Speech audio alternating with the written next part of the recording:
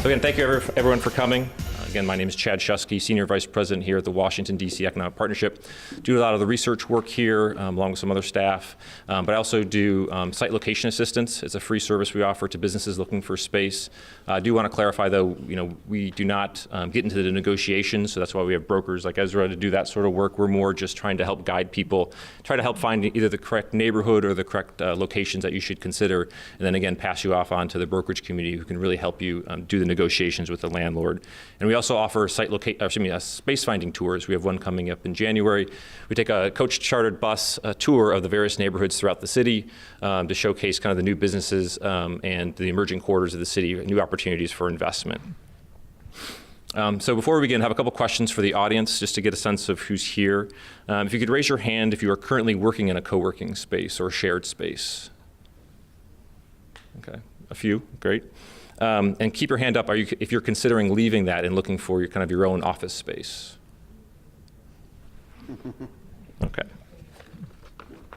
So I'm going to ask our panel to do a short introduction, kind of what they do, their background, and today's kind of theme is kind of graduation, right? You're looking at maybe you're in a co-working space now and you want to kind of graduate to that next level. And so when you're done introducing yourselves, you wouldn't mind just talking about kind of what your first space was. Maybe it was a first apartment, maybe it was your first cubicle, maybe the very first space you designed. What made it memorable? What did you like about it? Maybe what you didn't like about it.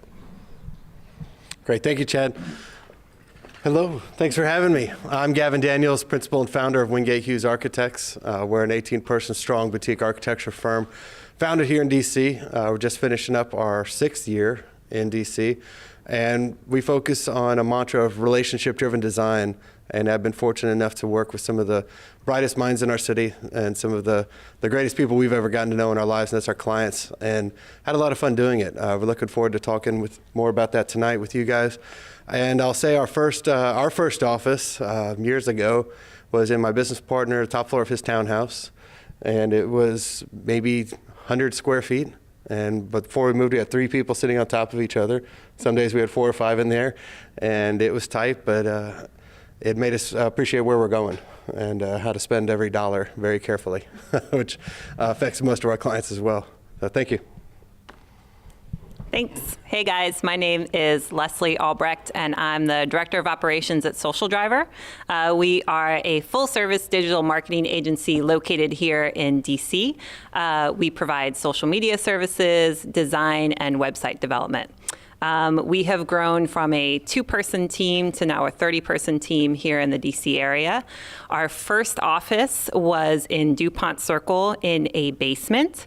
There were about 5 employees, the 2 owners, me, 1 other person, and an intern. And we were in a very tight office where there were definitely cockroaches and no windows. And we've changed a few times since then, so I'm really, really happy to talk about that with you guys now. Great. Good evening, everybody. My name is Ezra, and I'm with the Ezra Company. A lot of people think I own the company because of my name. Ezra doesn't. Right, he does not, right. And the first space that we took was about 35 years ago. I was about 2 years old. I was actually not involved with that. So what we do is we represent tenants in their search and negotiation for office space, whether you are in a position of growing, shrinking, or just your lease is up and you need to figure out what to do. We'll help you figure all that out, find the space, negotiate the deal, and so forth. So that's us. That's the baton. All right. So starting things off kind of the very basic level, what are some of the signs as a business that you should be looking for that indicate that you're ready for that transition from either a shared space or co-working space to your own space? And Leslie, maybe if you could start us off since you've kind of went through that transition. Sure. So I think what really mattered to us was it felt like a time where we had our own culture. So we went from the basement office that I just told you guys about to a shared sublease space in Chinatown. It was about 1,500 square feet, and we shared it with another company. There was about 7 of them, and at that time, we had grown to about 10 of us.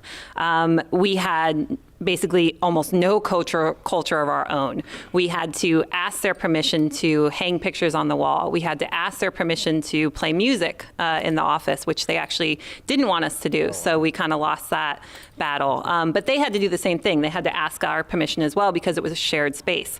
So a big indicator for us was not only the size of our company, so the growth, we went from about 10 people to 15 to 20, but just the feeling of the time that we needed our own culture, our own space, an area where we could host events and bring clients in and things like that. So definitely it was just more of a feeling of a time when you need your own space. Those are, Gavin, in your clients, there's stories you can share from your clients when you've noticed that when they've been. So, from your client's perspective, have you come across clients, when you've seen your clients, when they've gotten, what points have they gotten to, and they're like, okay, now I need to make that jump?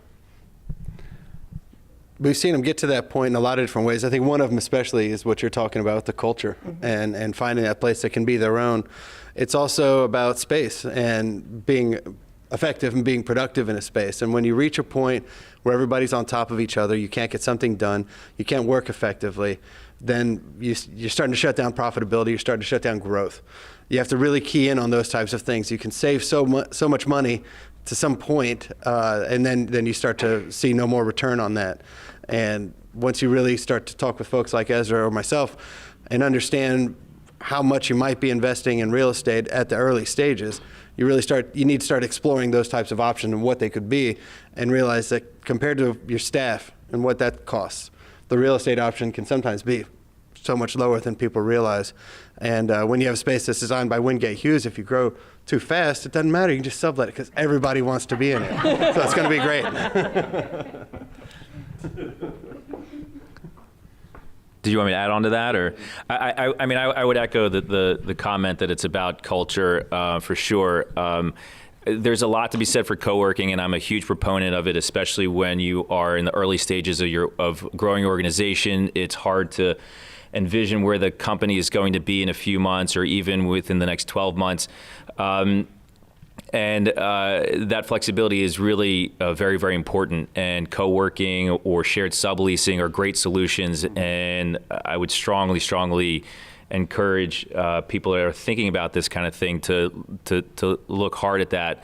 Because it also may be a more affordable solution.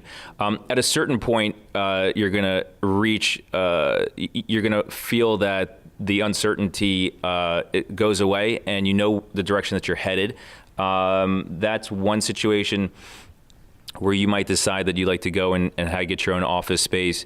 In another instance, surprisingly, the budget actually might get maxed out. And I think Gavin kind of touched on this, that at a certain point, it's cheaper to rent co-working space, but then it's almost like there's a threshold that's hit, and it makes more sense for you to get your own.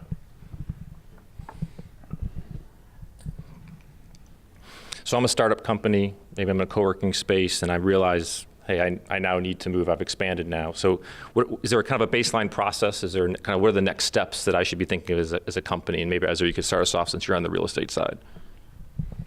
Well, one of the first things that I would actually do is engage and talk to an organization like Wingate Hughes to get a sense for how much space to take. When you need space, you got to define the requirement to understand exactly what it is that you're looking for. And for high growth startups, that's very, very difficult to do because it's a bit of a moving target. You might be 10 employees 1 month, then 20 employees 2 months later, and then 40 by within 12 months. And leases aren't typically designed for that trajectory. But if you can effectively look into a reasonable amount of time, called 12, 24, 36 months, and you can forecast effectively, then getting a sense for the square footage, what you're looking for, with Gavin's help is very, very helpful. And then you want to fill in the other blanks. What neighborhoods are we interested in? What budget can we afford? What length of lease term are we most comfortable with? And some of those things. And one of the things actually I try to encourage my clients to do is, and nobody ever listens to me on this, but is forget about getting like the best space that has all the glass and the hardwood floors. And I was like, just hunker down and double down on your business. And you should I actually like it when my clients select unappealing spaces. And the only reason why I like it, if and when they make those types of decisions, is because they're often discounted. Because you're going after not necessarily a diamond in the rough, because it might not necessarily be a diamond at this stage. So there's several stages, and I'm talking about maybe your first space out of a co-working space, because there's an underlying message that you're sending to your employees by taking a modest space, and maybe that's a better word, a modest space, and that is get your head down and make money because we're going to get out of here. And then that's when we really go for the real space. I think that's an absolutely great point. And from our perspective, we don't want to design every space. Not every client is ready for it when they come to us and talk to us. And there have been a number of clients that have come to us, and we'll go out and we'll meet with them, we'll walk the spaces.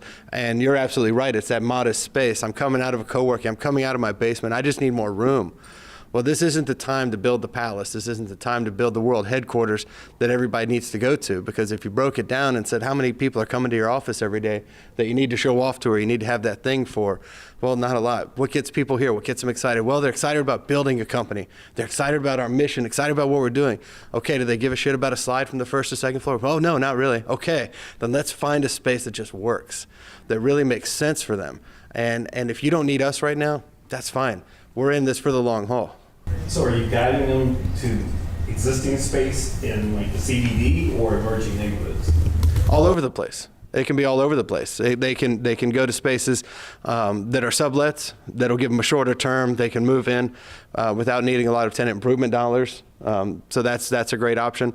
Some of them like to be in emerging neighborhoods because they have a lot of folks that live and work in that area, and they can all bike to where they work.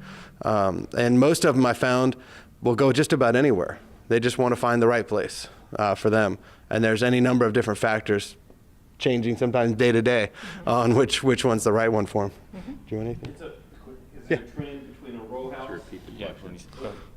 Okay. Row houses and just office space? Trend between row houses and an office space. I would say I don't necessarily see a trend. We really we think there's a point in a company. And in my opinion, I think once you're past 8 or 10 people, that being in a real office building makes a difference.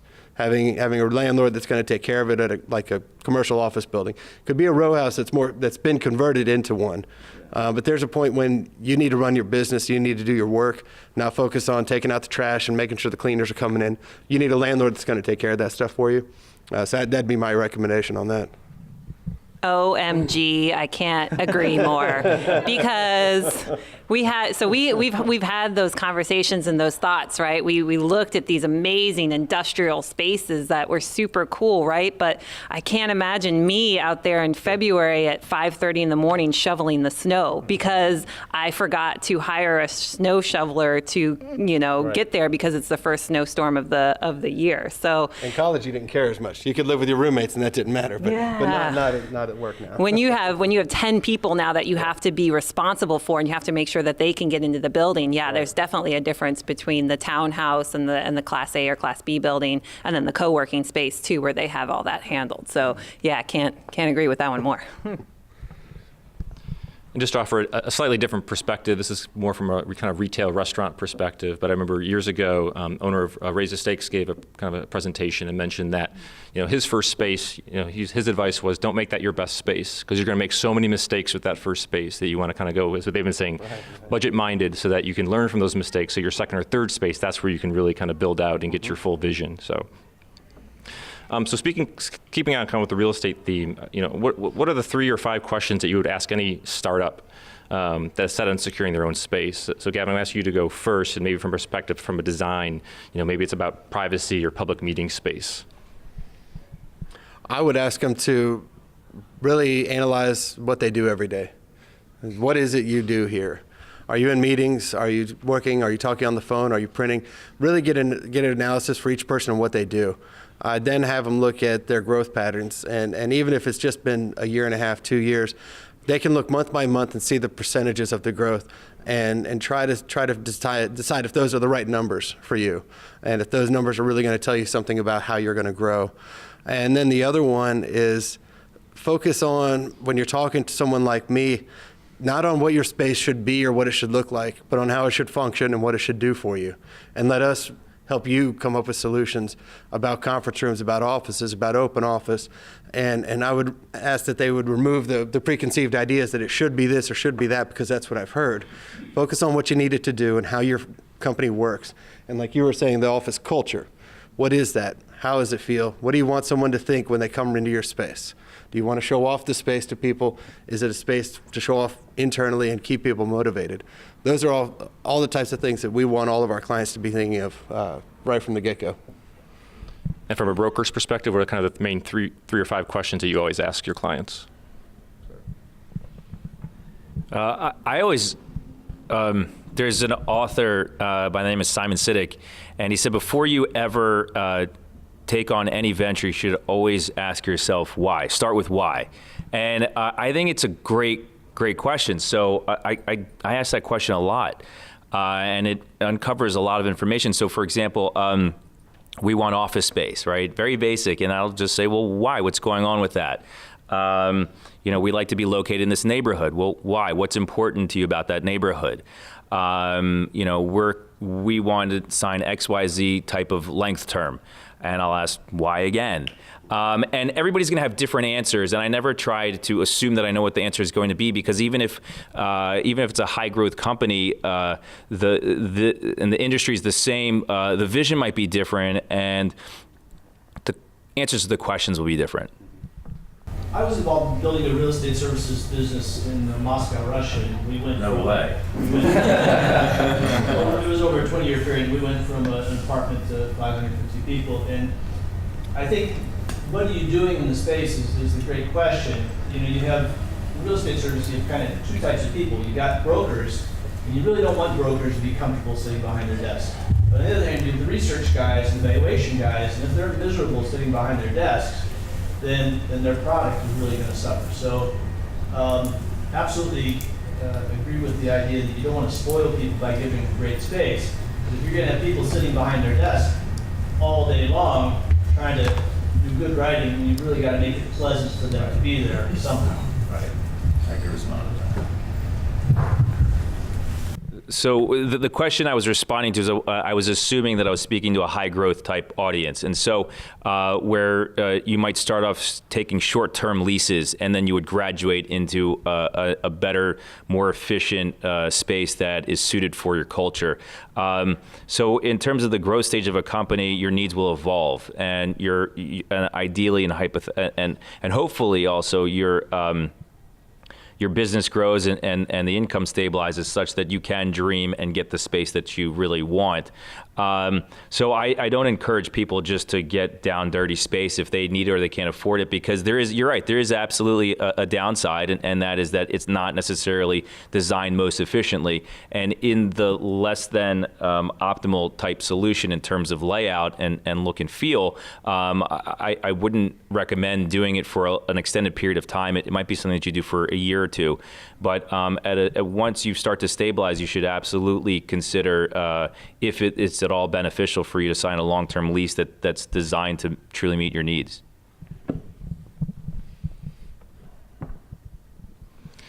So when you're looking for space, if you're the tenant or the client, there's lots of different resources that either the city has or the private sector has. So Leslie, can you talk about some of maybe the resources that you used when you were looking for space? Mm-hmm. So, yeah. It's 202. So I'll say maybe a little bit about our process and then some of the DC incentives as well. So our process started, because it sounds like a lot of y'all may be graduating from spaces, things like that. So our process started with our broker.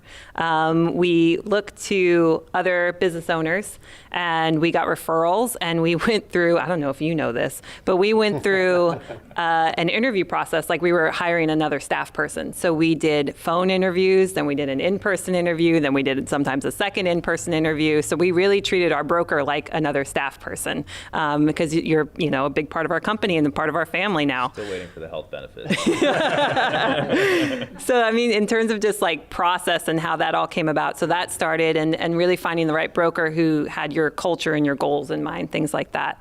In terms of, different DC things that are going on, it's pretty cool. There's There's a bunch of resources. There's, the DC Small and Local Business Development Office. There's the WDCEP. There's lots of different websites and just like sources out there that you can take advantage of. So I do know WDCEP, DC Small and Local Business Development Office are two big, resources that we always check out as well.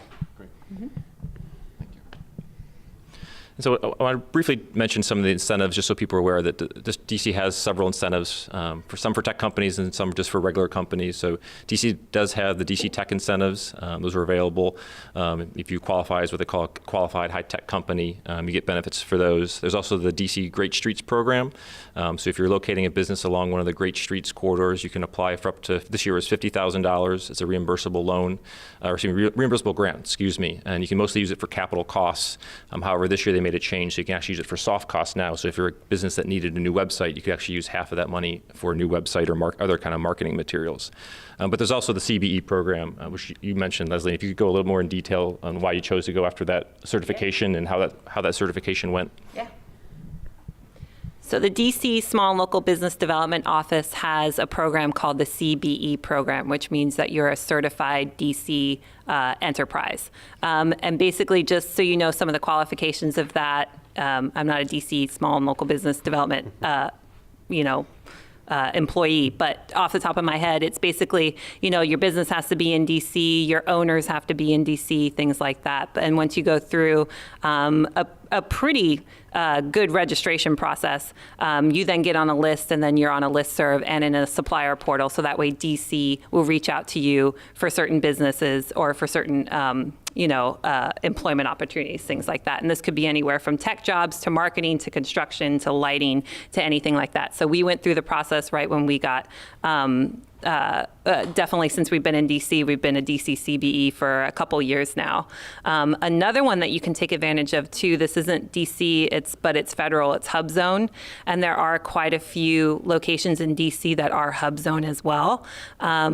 I think with part of that program, you have to have, at least when I looked at it at the time, it was not only your business has to be in a hub zone, which is a historically underutilized business zone, but also a certain number of your employees as well. So it's a little bit harder qualification process, but if you can do it, if your business just happens to already be in that area, yeah, you should totally do it, because then you're then a hub zone certified business. So I would definitely check that out as well. And then we found with some of those, it depends on if you're going to be doing work with the city. And we found some of the best resources in the city. One of them's named Julie. The other one's named Tiffany. We've got Keith. We've got Demelia. Everybody that works in the Washington, D.C. Economic Partnership have been amazing to work with and have really opened my eyes to the things that are available in this city. We've also got a wonderful deputy mayor for economic planning and development, and his office has been phenomenal for me and for my clients to just help us in partnership with the DC Economic Partnership to find those avenues for our clients. I don't know every grant, I don't know every form to fill out, but I know that there's stuff available because I've had enough people in this city that explain to me that this stuff's available. So we use those resources and contact those folks and say, hey, we've got somebody that's interested in growing a business in DC. We've got somebody that's interested in not leaving the city. And we found that just by knowing those folks, you have somebody that can connect to your client and start helping your client understand what the different paths are and what the different resources are. And that's been very valuable to us. Great. Thanks for the plug. So Ezra, this is directed to you. So you have your client, you're taking them on a tour, maybe you're seeing 5 or 6 spaces. What are the things that the tenant or the client should be looking at when they're touring? Can you give some advice? Well, it's interesting. I'm actually more listening on the tours. There's a whole due diligence process that we go through to try and uncover what exactly it is that the tenant is looking for and needs. We'll then qualify the properties in advance and make sure that each of those items are fulfilled. It might be specific to the space layout. It might be specific to deal terms, budget thresholds, amenities either nearby or in the building.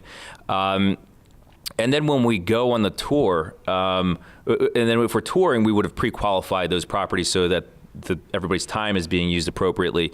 But then once we're going through, different things end up coming out. I'll learn, for example, just, for instance, there might be a space that meets all the parameters that we had discussed, all the basic, 6, 7, 10 parameters, whatever we defined is the requirement up front. And then it's got it all, but it sits at the back of it, in the back corner. It's facing, an alley. And then the whole time they'll just talk about how dark it is and how much they hated that. And then listen, they didn't identify it, but then we'll understand that, light was really important, right? And even though they talked about, these are my top 5 most important, that didn't come out. But so you learn a lot actually on the tour, and so certain things that might not have gotten surfaced in the due diligence, you'll find out then throughout that process. And so there'll be certain intangibles and that kind of thing. In terms, there's very little that you can't learn on the phone, in the conversations with the landlord before you walk the space. So some of it is really just, tenants getting a feel for the space. I had one client tell me that he would know that he found his space once his heart sang. And we saw a lot of space. And then finally we walked into a space. He turns around and he said, "Ezra, my heart is singing."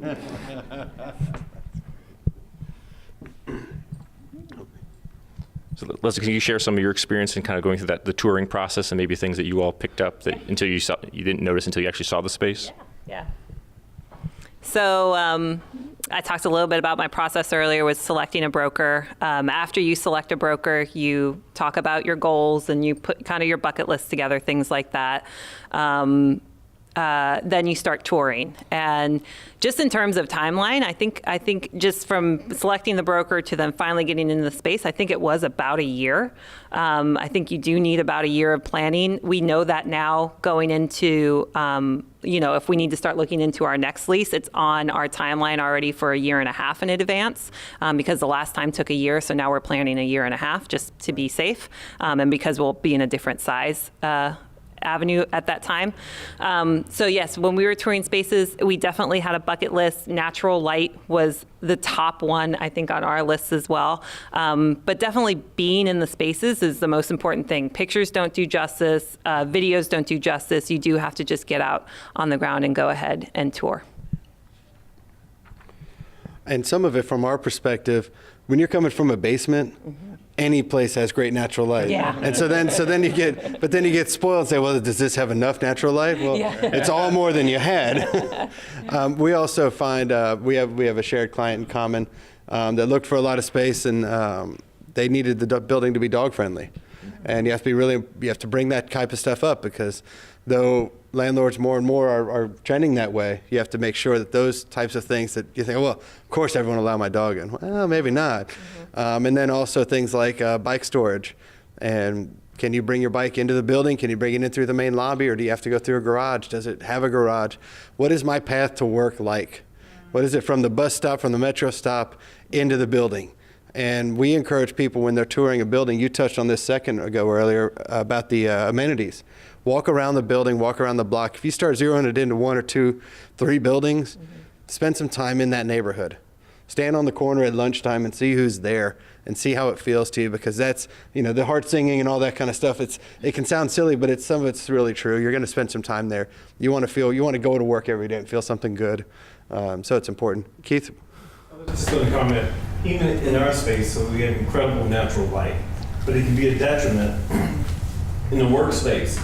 We only recently got shades after 12 years, but when you're having presentations on the projector, at 3 o'clock in the afternoon, you can't see anything on the projection screen. Conversely, in the office space, people love natural light, but if you're looking at your monitor and you can't see the monitor, that's an issue. Does that happen with your clients when they fall in love with a building full of natural light?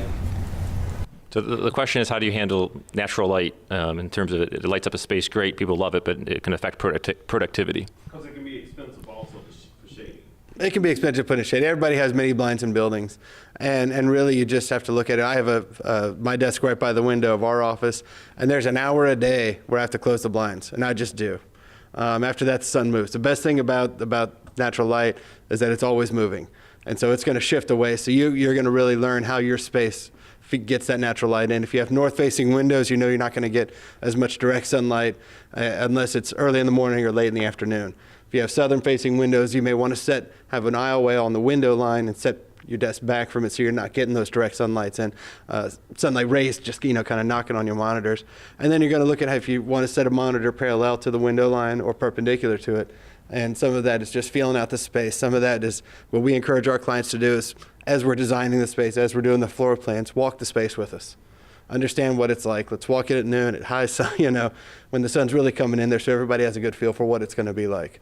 And we try to do that more and more. So if I'm a startup, and then this is a plug for you, I guess, difference between hiring an architect and a designer, I mean, you're picking out furniture, I guess an architect's going to know that. We do it all. We're architects, we're designers. Our designers are going to know all that kind of stuff as well. What about a furniture designer? Well, a furniture designer isn't going to be doing the architectural plans of your space necessarily. So we encompass that entire range of folks, and we can find the right consultants for you. So it's definitely important to talk to an architecture and interior design firm as you're doing this. A furniture consultant will come in, and they're going to be able to help you if the space is already built out and you already have the stuff there, and you need some help getting furniture. They're going to be able to help you with that stuff as well. So you spec the furniture? We have, absolutely. And some of it depends on the scope of the project, if we're going to spec the furniture, and whether or not we need a consultant for that.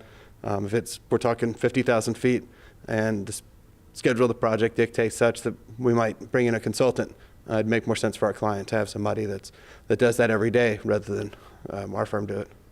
It's really just about getting the right consultant for our client more than whether or not we should get more work. Well, I'll just add on to that if that's cool with you. So if I can add on to the natural light thing, we're lucky in our space that, and this is maybe you're the architect, you would be the expert on this, but I'm seeing this as a trend now where the conference rooms are on the inside of the floor plan and then people's offices are on the outside of the floor plan. And that's how our office is, and that was kind of one thing that we were looking for. So all of our conference rooms, all of our phone booths, all of our rooms where you really huddle down and need to focus on things are on the inside of the floor plan, and then people's offices, communal space, places to hang out, the beanbag chairs, those are by the windows where people want to feel the natural light while they're reading contracts or working on something, things like that. So we're lucky that we were able to find a space that encompasses, when natural light was really high on our list, but also it needs to function. So we had the conference rooms on the inside. And in terms of being, or in regards to using a designer, we unfortunately were not able to do that yet.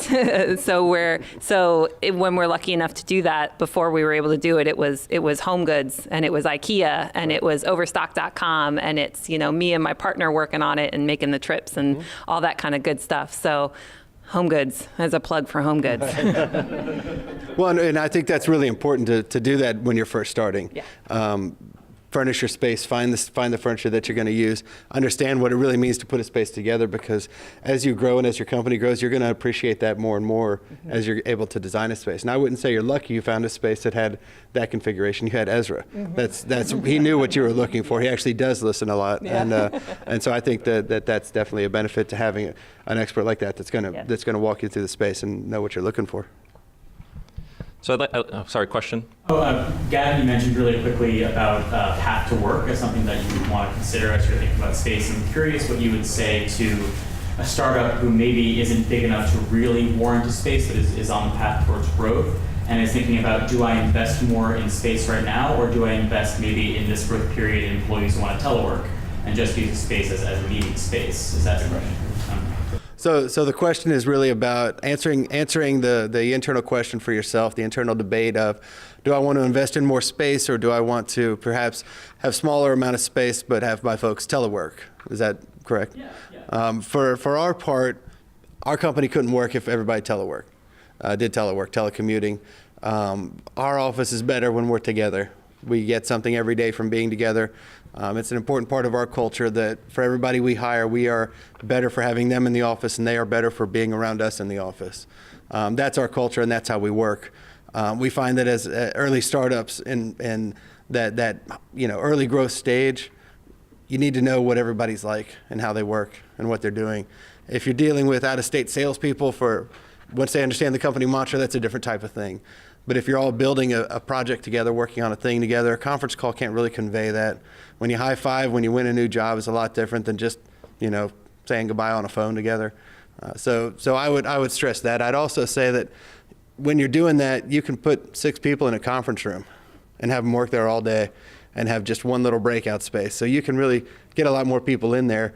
And if you find that way to create real density around the heads down working space, that might be the quiet space in your office, and then have the space to open and relax, you can still have pretty compact space, but you're really kind of coordinating off the functions. We do this here, we do this here, they don't mix.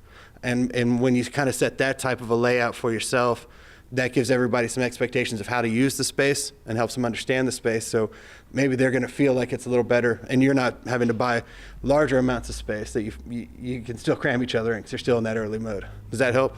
Yeah. Okay. So I'd like to move on to kind of the lease negotiations and lease terms. So Ezra, I'm going to ask you to start, but I want everyone to kind of comment on this. And so Leslie, if you could just think about maybe lessons learned going through this, and maybe there were things that you wish you would have pushed harder for, and maybe there were things that you pushed really hard for, but now looking back, it's like we didn't really need all that things that we asked for. And then Gavin, you kind of touched this before, but issues that you may have had with your clients where you have this great design, but something in the lease says, oh, you can't do this or that. Start with Ezra. My lawyers advised me not to answer these questions.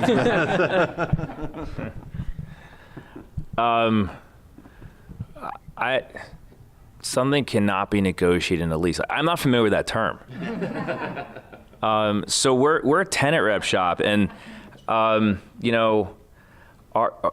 the way we feel about our job is that our clients have needs, our clients have business challenges, and it's our job to try and make the real estate work to resolve those rather than hinder that. So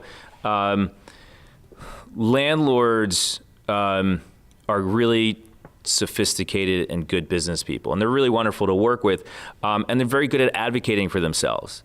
And so just, I would say, depending on what the situation is, you may or may not have leverage, and I'd find a way to create it, and I'd find a way to not need the space, because you're toast if you do, and you're gonna give up on all kinds of things you otherwise could have gotten, may be important, may not be important. I think the one point I would make that's important to think about as a startup when you're in these negotiations is that there's a lot of things that you don't think are important. I think that's how I'll answer this question, that actually are once the deal is signed. So, there's been a lot of times where my clients are just telling me, just get the frickin' deal done. And I said, it's fine. There's just a few more points I'm trying to get for you. And then the deal's done. Everybody's happy. And then I get a call a few weeks later, like, what's going on with this? And then either we succeeded in getting those terms that they hadn't necessarily prioritized, or we didn't. And it's always much better when we did get it. And so, like, for example, people aren't necessarily thinking about expansion rights, renewal rights, rights of first offer, those kinds of things at day one, but that exact situation happened. I just finished a large negotiation for an organization that was eager to get their lease completed and signed for a myriad of reasons, but those were some key details that we had insisted on, and I got that exact call, and they said, what's going on with this? And I was able to respond and explain what we had in that respect, and they felt comfortable able to go to sleep at night. So I would say, there are terms out there that are important for you to get, and I would encourage you to try and figure out which ones do you really want to just kind of let by the wayside and get the deal done. Can you explain a little further about specific terms you see commonly coming up that people don't think are important but are? So the terms that are important are it really varies what terms in a lease are important, and I think a lot of them are important. But it just kind of depends what the direction your organization is headed, and then also what's going on in the market. Every landlord is different. Every landlord, even their buildings are structured differently, the ownership, and so what their threshold of what they can or they can't do is different. But at the very least, just so I give you something specific, make sure you have favorable subleasing rights. There's something we see landlords put in called a recapture right. which seems to not really matter. It's like, well, if I sublease my space, what's the big deal if the landlord takes it back? Well, you got to kind of dig into the details. Well, what exactly does that mean? Does that mean I lose all rights to my space if I lease one desk? What if I got a really good deal and have opportunity like to make some money on the space, or which is not very common, but what if, right? And there's all kinds of little details and nuances as to how a term is specifically written. So even if you think you have the term that you want, what exactly, how exactly does it play out? So I'll say something that's always been on our list, and I think that will continue to be on our list, is the ability to sublease. So that's something that, as a growing firm, to have that leverage and to have the term in the lease is really, really, really something that we find really important and that we'd like to keep. So not only are we a firm that we network with a lot of people, we work with a lot of people, we like to bring those people into our office, but as a growing company, it's another, source of revenue for you. So having that ability, even if you never take advantage of it, but having the term in there to possibly sublease a piece of your space, I think that's actually something that I'd like to keep in the lease if we can going forward. One of the ones that we're most involved with when it comes to lease terms. I agree with Ezra. Both sides are interested in getting to a deal that's favorable for themselves, but also they understand that it's a relationship. You're going to have somebody moving into your building for 5 years, 10 years. You're not going to start off on a bad foot. So I think that for our part, we get to work with a lot of landlords, we get to work with a lot of tenants, and we enjoy those relationships. We will always encourage our tenants to have square footage and the assignment of that square footage in your space and how big the space actually is. If it's remeasured in the future, who does it affect? If it is in your favor as the tenant or the landlord's favor, how does that work out? Because we've seen that be an issue. Most of the time it gets worked out before the lease is done, but that can be a moving piece if the building is having just changed ownership and they're remeasuring the entire building. There may be a core factor, which is the added on part of your usable square footage in your space, your shared part of the building. That is a percentage maybe in flux and maybe a number that's still being worked out. So if you assign a number right now, is that the number forever or not? Or if it only benefits the landlord and you have to pay more rent, then it goes into effect. But what if it actually means less square footage for you once it's done? Do you recapture that too? So just paying attention to that kind of stuff, and I think that goes into the details part for you. But. Thank you. So this is a very specific question, so I'm kind of opening this up to anybody, but thinking about if you're a startup, maybe you just want a new contract, so you say, okay, we're going to the expansion mode, we need our own space because clients are going to come by, but I've only been open for a couple of years. Maybe I don't have the financial documents, a long-term financial history to really show the landlord. Does anyone have any recommendations of kind of what to look for or how they can approach that situation? Well, here's the thing. When you're doing a new lease, the biggest risk that a landlord takes is the out-of-pocket capital to acquire you as a tenant. So those costs would include the all-in costs in order to get the deal done. And so the landlord's trying to figure out, like, how do I mitigate that risk? And then also, like, what if you're a defunct tenant and you kind of stay in business, but you just don't pay rent, and then I got to sue you to get you out. So they're always thinking about, like, worst case scenario. If you're looking at a space, if you're able to identify a space that doesn't need anything, then the risk to the landlord is further reduced, and the security then required by the landlord should really come down. So, for example, in a worst case scenario, the landlord might demand a 12-month security deposit, right? For a brand new space, it requires a full build out and a full concession package and everything. But maybe that landlord has another space that's, another tenant just moved out of it and it just needs paint and carpet. They're not going to make the same demand. They might say, we only need, 3 months, 6 months, whatever it is that's agreed upon. So if you're in that type of situation, you're concerned about your credit, then try to find an existing type space would be my advice.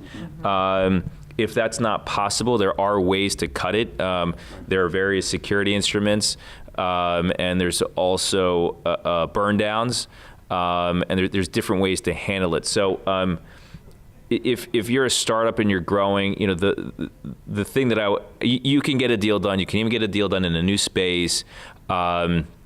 Your broker actually has to put his sales hat back on, because now they're not just they're actually kind of pitching you to the landlord, and so your broker should understand what it is exactly that you do, and if they're good at drawing analogies, then that's very helpful. So I have a number of clients that are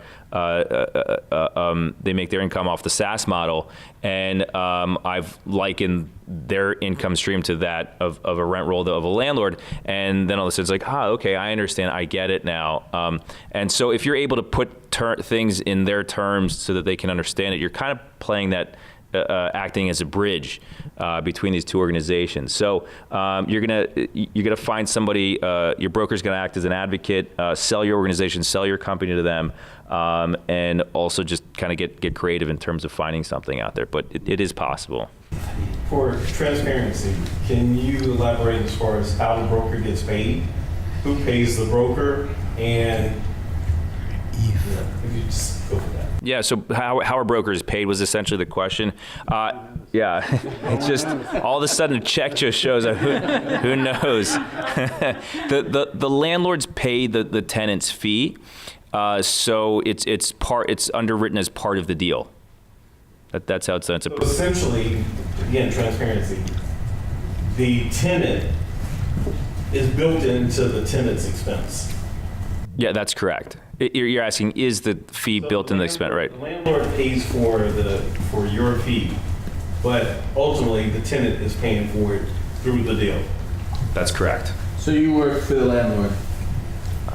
So I work for the landlord. I would not agree with that. So my fiduciary, I have a contract that's signed and executed between my firm and the tenant that obligates my fiduciary responsibilities to the tenant. And every landlord has the same agreement. Right. So any landlord will pay the same amount pretty much. Right. So Gavin's talking a little bit about kind of what is going on in the market. So basically, landlords have a set aside for a fee, and either the 99% of the tenants in this market are savvy enough to hire a broker. And I use the word savvy because if you don't, the landlords are a hell of a lot smarter, and they'll say, hey, yeah, don't worry about it, and you're going to get hit from 25 other ways and have no idea. And I've seen it also. But if you are using a broker, there's a set aside. The landlord pays their own broker, and so not only is the landlord in business doing landlord work, they hire their own specialist to help them get the leasing done, and they're paying them a fee. And then there's a set aside also for the brokers. And most buildings that are purchased and bought, the fee is underwritten at the point of sale, just like there's an assumption that a space is going to go vacant, it's going to sit vacant for a period of time, and then in order to get that released, they're also going to have to pay out a certain amount of TIs. So it's all basically part of the deal. Yeah.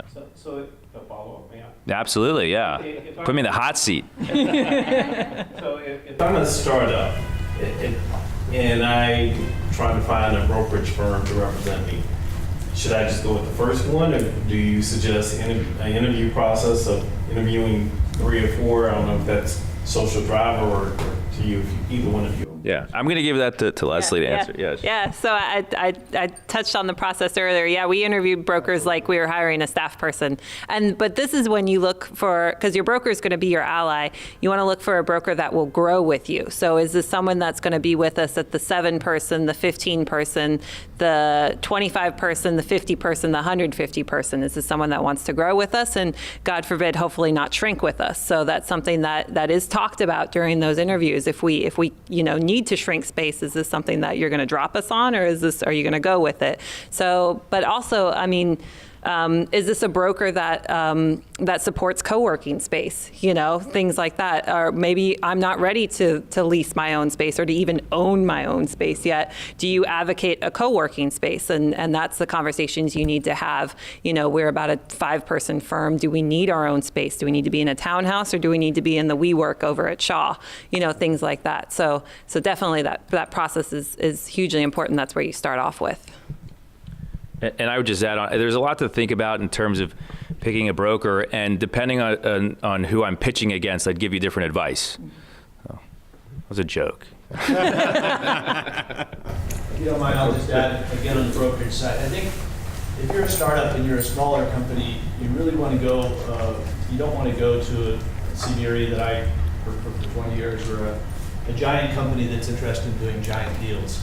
You want to go to a specialist tenant rep broker who works on your type of deals. Your size, the areas of the city that you're interested in, and is really going to spend the time with you. And another favorite tactic of brokerage companies, particularly as they get bigger, they have the really experienced guy who comes out and tells you all about what they do for you, and you sign the contract, and then that quiet person who's sitting next to him ends up being the person who's actually going around with you looking at spaces. So when you're choosing a broker, make sure you're choosing the person that's going to work with you, not just a company that's going to work with you, and make sure that for them, you are an important client, and they like doing business with you. And at some point, you may need to shift away from them. Google, there's a guy that did all of Google's work from the beginning. Eventually, Google signed an exclusive global agreement with CBRE, but I can't remember the guy's name. He did Google's work in Moscow, but this guy, we're still splitting our fee 50% with him because Google was Warren. Yeah, Warren Wicks. We worked with him when Google came to Washington. We worked on those transactions. And that was great that Google was loyal to him. But don't go for the biggest and best name. Go for somebody that's really interested in your business. Yeah, and I think that's a great point, to go with somebody that is going to care about you. We found that there are those people in large shops. There's those people in small shops. To be fair, we're a small shop, so we think that small architecture firms are the best thing out there, of course. But to that end, everybody in this arrangement, the people that you're going to find on your team are the people that should be committed to this relationship and building up your company and working together. And that means that you need somebody that you're going to trust and you're going to believe in, and who's going to believe in you and trust in you and work on your behalf. And when you find that team, hold on to it and hold that team accountable, but trust the people that you bring to be part of your team, because they're going to trust in you. And we aren't doing a deal with a client hoping that's the last time we ever see him again. We're doing that deal because that's people we want to spend some time with over the rest of our life, the rest of the lives of our company, and really put our future in the strength of that relationship. So we only have a few minutes left. I want to make sure I open it up for any questions that maybe we didn't address or that you'd like the panel to address before I ask my last question. You have more? One more. One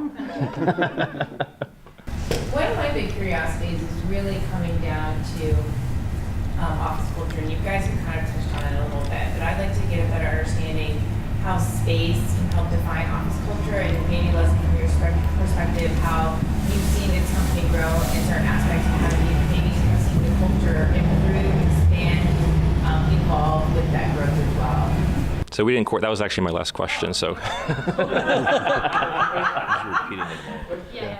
So basically, I guess, just to repeat the question, and if I phrase it correctly, hopefully I'll find it on the papers, is just how does your kind of company culture grow with your space, and how does your space affect your culture and vice versa? So obviously, when we were looking to make the move from the 1,500 square feet to the 7,000 square feet that we're in now, one of the driving factors behind that was to have our own culture. I mentioned that we were in a shared office space before where we couldn't have our own kind of vibe. We couldn't have our own thing. Same thing in the co-working space. The co-working space was actually an excellent thing at the time, but the co-working space has its own culture too. So WeWork has a pretty cool culture, but it's not Social Driver's culture. So what we were most excited about when we moved into our new space was this was the time to now have our own culture and do our own thing. And this can mean a whole, list of things, so I'd have to say the answer is it depends. It depends on what your company goals are. It depends on what your staff needs are, things like that. I would just add that you would put those things before the foosball table or the kegerator or whatever, things like that. Put your, put bucket lists as to what your staff needs and what your company goals are. So we always talked about, we wanted our office to be professional but fun, comfortable but productive, things like that. So we needed a place where people could go and work and put their heads down, but at the same time, we have happy hour events. And we have a monthly happy hour. We have monthly culture events. We have potlucks. We have beer tastings. We have things like that. But then generally in our office, it's pretty heads down throughout the day, things like that. We needed places where we could jump into phone booths and make quick calls.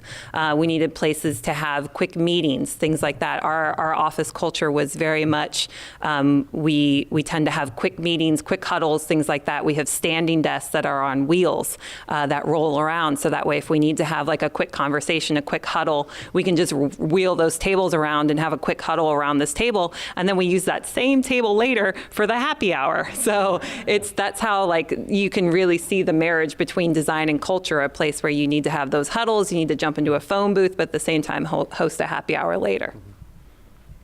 So just to add on to that, the thing about space and culture is that space doesn't necessarily define culture. Right? So space can enable and facilitate what you want your culture to be. And culture is really the people in the space and the values that they come and that you imbue them with. So, and it also comes down to doing the things that Leslie said, like celebrating who you are by going out and doing various events and everything. But I think you don't have to really spend a lot of money on building out a great culture. It's really just thinking about what your values are. And then the space should help that flourish. So that's step 2, actually, in my book.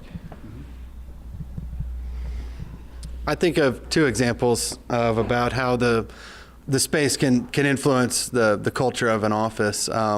One is our shared client eye strategy labs. When they moved into their new space in the first floor of the Wonder Bread building, we went over there to do some photography and take some photographs of the space last week. Had a great time, and they're doing a photo shoot for a Kroger commercial right in the middle of their office. They have a fuselage of a plane that's built for a set that they're doing in the middle of the reception area of their office. They found a space that enables them to do more and to be more and to grow and to get excited. That's what they needed. That's what their culture was. And they found a space that could help them do that. That's what I think we're talking about. The space isn't their culture. The space is an enabler. And we talk a lot about that with our clients of what do you want to be able to do? In your wildest dreams, what do you want to be able to accomplish? Let's focus on I understand what you're saying. You want to be professional but fun. Let's be professional and fun. Mm-hmm. It doesn't have to be one or the other. Let's find a way to do that in both of them.